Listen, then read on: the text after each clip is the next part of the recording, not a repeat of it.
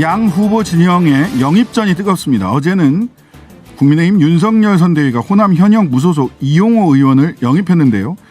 오늘은 바른미래당 출신의 김관영 최이배 전 의원이 민주당으로 간다는 소식이 들렸습니다. 왜 민주당을 선택했는지 김관영 전 의원 전화로 연결돼 있습니다. 안녕하세요. 네, 안녕하세요. 김관영입니다. 아유, 오랜만에 이렇게 우리 그 청취자 여러분들께 인사드리게 됐고 해서 네, 오랜만입니다. 반갑습니다. 네, 예, 반갑습니다. 네네.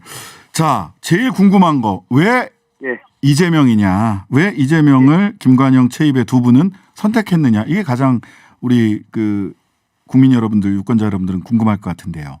예, 예.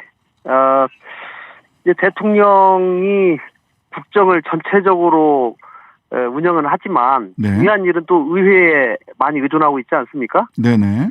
지금 민주당이 이제 국회의석이 뭐 열린민주당과 합치면 거의 180석 가까이 되는데, 그렇죠. 이분들이 제대로 된 실용적인 정책을 제대로 만들어서 새로운 대통령과 호흡을 맞추지 않는다면 네. 대한민국이 올스톱될 가능성이 높다. 네. 네, 그런 점에서 그동안 민주당을 지지했다가 마음이 떠나고 네. 정권 교체 여론이 굉장히 높기는 하지만 민주당에 대해서 좀 쓴소리를 하고 네. 또 악역을 자처해서 네. 제가 그동안 야당에서 4년 동안 이 정부의 여러 정책들을 비판도 하고 했기 때문에 네. 그런 역할을 좀 민주당이 와서 제대로 해줘라 네. 라고 하는 민주당의 간곡한 요청이 있었기 때문에 네네. 제가 그렇다면 좀 역할을 할 수 있겠다. 민주당을 좀 바꾸고 또 국민들에게 눈높이에 맞는 정책과 여러 의정 활동들이 펼쳐질 수 있도록 제가 쓴소리는 좀 할 수 있었기 때문에 네. 민주당 가야 되겠다 이렇게 생각했습니다. 아, 민주당의 레드팀이 돼달라라고 하는 민주당 측의 제안이 있었다라는 말씀이신데. 예, 그렇습니다. 예. 그 어떻게 이재명 후보 측에서 직접 제안을 하신 건가요? 아니면 뭐 정성호 의원 이야기도 있던데 정성호 의원이 중간다리 역할을 했다. 의원님은 네. 저와 오랜 인연이 있기 때문에 네네. 수시로 통화하고 자주 만나고 했었습니다. 아. 그리고 이재명 후보님도 뵀었고요, 최근에. 아, 최근에 직접 만나셨어요? 예. 그래서 여러 가지 이런 부분에 관해서 굉장히 유연하게 네. 말씀하시고 정말 당에 들어와서 실용적인 합리적인 정책을 만드는데 꼭 좀 도와달라 이런 간곡한 부탁이 있으셔서 근데 예. 굉장히 고민이 많았습니다만은 네. 예, 결정했습니다. 예. 얼마 전에는 그런데 예. 거의 같이 계신 곳이 공공정책전략연구소 최이배, 예. 김관영 그리고 김성식 전 의원 세 분이 대표적으로 예. 공공정책전략연구소를 만들어서 지금 운영을 하고 계시는데 예. 얼마 전에는 국민의힘 윤석열 캠프 쪽에서도 예. 뭐 거의 다 성사가 된 것 같은 그런 보도가 언론 보도가 입당 그쪽으로 합류하는 게 그런 보도도 나왔었고 또 김동연 캠프에서도 러브콜을 보냈다. 라고 하는데 국민의힘 쪽에서는 왜 그런 추측성 보도가 언론에 먼저 나가게 됐던 건가요? 이제 저희가 아무래도 정책을 한 1년에 걸쳐서 어젠다 K2022라는 네. 내년 대통령이 됐을 때 대한민국에서 꼭 필요한 정책들을 정리를 해보자. 네네. 이런 취지로 저희가 많은 전문가들을 모시고 네. 정책을 정리해서 네.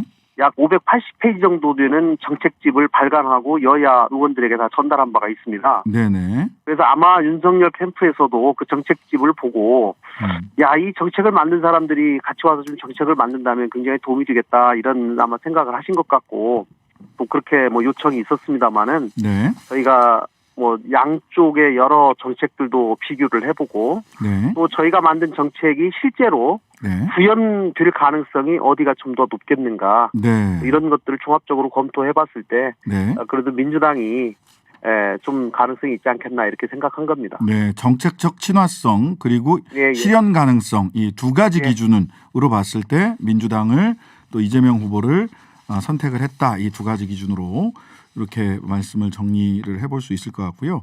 자, 이 좀 직구준 질문일 수도 있는데요. 민주당에 네네. 있거나 호남권에 계셨던 분들 중에서도 또 윤석열 후보를 선택하신 분이 계세요. 민주당에 계시다 네네. 간 분은 이제 금태섭 의원이 있을 것이고 또 최근에는 네. 이용호 의원이 선택을 하셨는데 네. 자, 우리 김관영 의원께서는 또 그 군산 전에 지역구가 군산이셨죠. 네. 예. 예. 호남 민심이 뭐 박주선 전 의원이나 이용호 의원은 호남 민심도 윤석열 쪽으로 뭐 갈 수도 있고 그게 더 좋다 이렇게 얘기를 하는데 우리 김관영 의원님 보시기에 호남 민심이 어떻습니까? 호남 민심이 과거처럼 민주당 일방적인 민심이 아닌 것은 분명하고요. 그건 분명하다. 예. 예, 그리고 민주당의 여러 정책에 대해서 실망감을 표출하는 그런 유권자들이 과거보다는 훨씬 많아진 것도 사실입니다. 네. 그렇기 때문에 민주당이 변화하지 않으면 호남의 민심을 제대로 다 담아내기는 쉽지 않을 거라고 저는 판단합니다.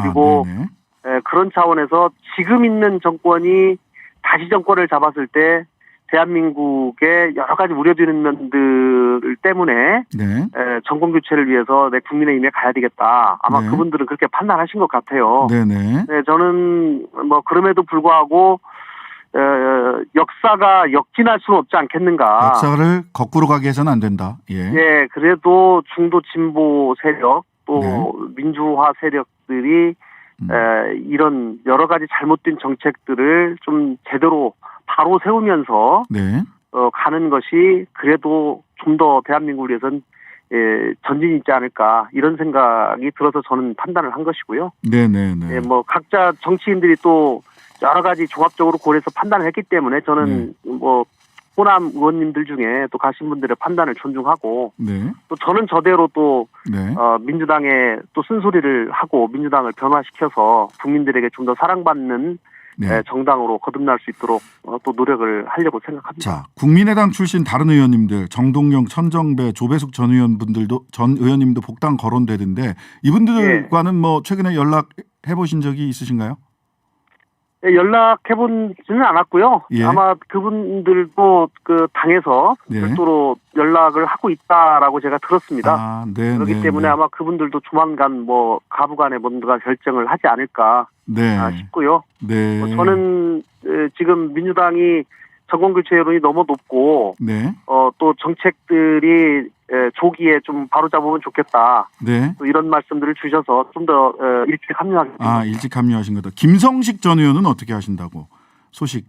아마 김 의원님은 뭐 저랑 같이 20대는 국회를 같이 활동했지만 그 전에는 국민의힘 쪽에 있지 않았습니까? 네, 무소속으로. 그래서 아마 그쪽에서도 굉장히 제의를 많이 받으시는 것 같고.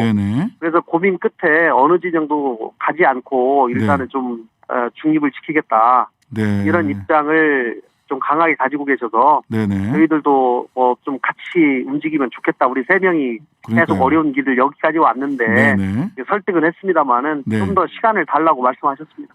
아직 뭐 완전한 결정을 한 건 아니시고 조금 더 숙고하시겠다. 네, 김성식 의원님이 꼭 이루고자 하는 여러 가지 정치 개혁에 관한 그런 가치관들이 있기 때문에 그런 점들에 대해서 좀 더 구체적인 비전이 이루어지면 저는 뭐 가능성도 있을 거라고 저는 생각합니다. 네, 가능성은 남아있다. 지금까지 더불어민주당 입당을 확정한 김관영 전 의원에게 말씀 들어봤습니다. 감사합니다.